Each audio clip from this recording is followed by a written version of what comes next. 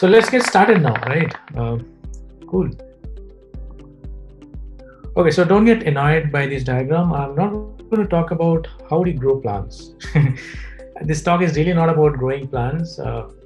Give me some time, I'll be able to connect the dots. But then, how do you grow plants? You choose the right container. You need quality soil, right? You probably you need to plant the seed at the proper depth, and then water the plants daily. But again, water wisely, and also fertilize them, add fertilizers, and also give the seeds enough sunlight, isn't it?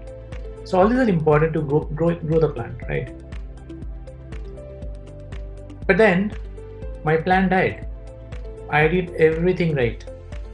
Why did the plant die? So if you go to the root cause analysis, if you try to make a root cause analysis, we can find that possibly the plant got overexposed to sunlight, or we added a lot of fertilizers which probably kill the plant, or could be the soil quality was bad. I mean, there are n number of reasons, right? I'm not getting into the details of it. So the talk about today's growth design, concept which has been flying there in the market for quite some time. It has been there for many years now, but it has started getting a little bit of popularity now. So let's unfold few concepts here. With that, I'll introduce myself. My name is Alipta Ballav. So as Gaurav said rather, I work for Sana Corporation and I lead the experience design team at Sana India, Bangalore. So Sana basically is a healthcare IT firm headquartered in Kansas City, US. And that's a bit about me. And then let's jump over to the topic. So you often say this, right? I want to grow my career, I want to grow my business, I want to grow the relationship, and multiple things, right? So when you talk about growing your career, you take additional responsibilities and ownerships. You start taking decisions on your own. You probably get a better title, right? And you probably become a lead UXT, principal UXT. And then from there, you jump the ladder, design manager, VP of design. So you are growing in your career, right? And then when you talk about growing your business, you probably want to get into new markets, right? You want to acquire more customers, you want to offer more products and services, and stuff like that. And when you talk about growing relationships, it probably happens over time. You're possibly looking to make your current relationship meaningful relationship, and that's how you probably grow your relationship. There could be multiple ways. These are some of the things I just pointed out. So products eventually die, isn't it? So this is a product death cycle, not a product life cycle. I'd call it a death cycle. So you introduce a product, it grows in the market slowly, and then it starts to become mature after a point of time, and then ultimately it declines. So it declines because of multiple factors. Now there could be some technological innovation might have happened. I mean, right? So users feel the product they're using at this point of time is no longer solving a purpose for them, and it probably fails to understand a customer need, right? And there could be reasons like excessive pricing, poor marketing, and again n number of reasons for which the product failed. Now this is a classic story about Kodak, right? So George Eastman used to say, you press the button, we'll do the rest. Even today we still press the button, right? So we don't press the button, actually we normally tap on the button. So digital photography destroyed Kodak's film-based business model, isn't it? And Kodak became bankrupt in some time, and then Kodak's management could not even foresee the future. There's some disruption is coming in the technological space. Again, another example could be Sony Walkman. So iPad took away the market for Sony Walkman also, isn't it? So Kodak is gone, but still we love clicking a photo using our smartphone, and we love these experiences, right? We love the experience of a Swiss knife. It becomes so valuable at times. The Disneyland experience, it makes you feel that you're probably in a dreamland, and there are so many rides to cover, and you actually cannot cover in the entire day. Fitbit, a product which can really help you achieve your fitness goals, right? And these are all great products. These can really, and you love the experience of these products, isn't it? So great products are designed every day, isn't it? But then all great products can be successful for a short time, and then eventually they lose the market until you grow them, isn't it? So consistently realizing the commercial success of these great products is really hard, right? And that leaves us with an open question: how does the best design performance increases revenue and shareholders returns at nearly twice the rate of their industry counterparts? It sounds like a very challenging job, isn't it? So after all, I would say we designers are not magicians, isn't it? Are we magicians? I don't know. Let's see.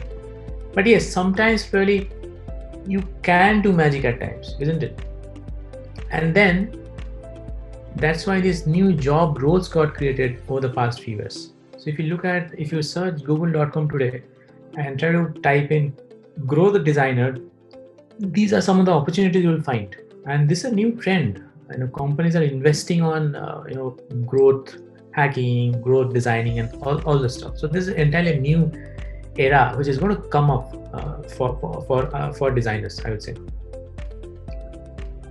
But then how does it look like to be a growth designer? So essentially, human being have two different mindsets. One is a fixed mindset, one is a growth mindset.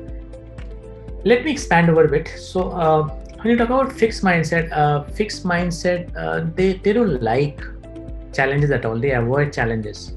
But a growth mindset, they embrace the challenges. So they love to take newer challenges in their life.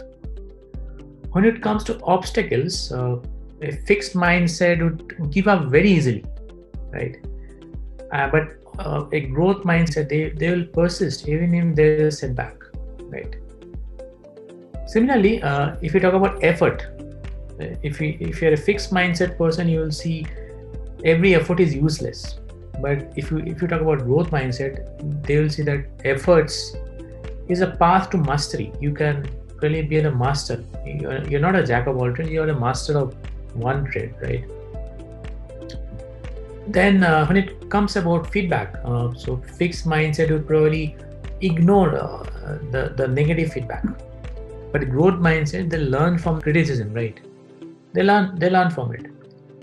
And also the last point, but not the least, a fixed mindset person would feel threatened by the success of others, whereas a growth mindset, they find lessons and inspirations in the success of others, right? So that's about some of the attributes I wanted to highlight. But so what's the difference between fixed mindset and a growth mindset? Now, what does a growth designer focus on? Very interesting point. So they focus on the high impact. Now this reminds me of that $300 million case study, button case study rather. So an e-commerce site wanted every user to register during checkout, and later they realized that, and they removed that register button and they made it a continue button with a note. They left a note there saying that, and the note looks like this. So you don't need to create an account to make purchase on our site. So simply click continue to proceed to checkout, right? And to make your future purchases even faster, you can create an account during checkout. Wow, the sales picked up like anything. And that was a great case study, actually. The next point is about they don't identify the missed opportunities.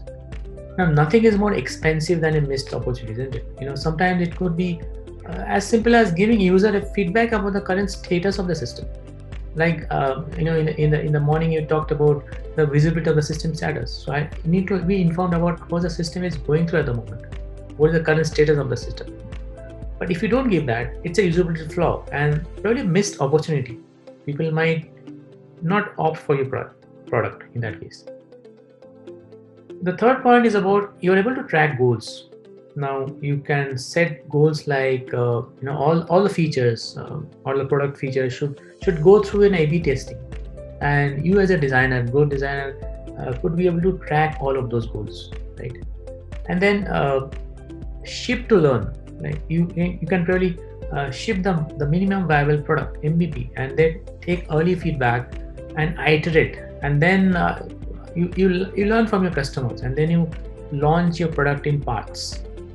So that's about what are the points growth designer should focus on.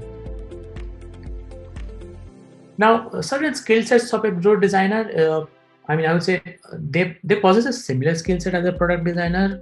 There's nothing beyond that, but yes, there are a few points apart from that.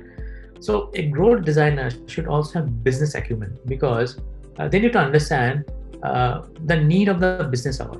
What is the priority? What decision is important at this moment? What is the most important decision I have to make? Or what kind of trade-off I have to make? So all those are very important. They need to understand the business value of things. Now, one more thing is about also they should understand numbers. Especially they should understand things like confidence interval in statistics and types of sampling. Snowball sampling, probabilistic sampling, and stuff like that. And t-test, chi-square test, and stuff like that. And they should also be able to analyze metrics, which means they should be able to understand their customer needs by analyzing these metrics, which means they should be knowing about, let's say, SUS, what is system usability scale, or what is SEQ, single ease question, what is ER, expectation ratings, and all of that. So I think, this skill set, I think a growth designer should possess to be a growth designer, right? And I think that is all from now. I think as a closing note, I'd say that this is a new field, and it is a growing field in UX design. As a growth designer, I would say my intention as a designer would be to give value to the customer on a constant basis, right? And it's not just about delivering a consistent experience to the end users. It's also about elevating that experience to such a level so that users continue to stick to our product. I think that's about it. Thank you very much for being here.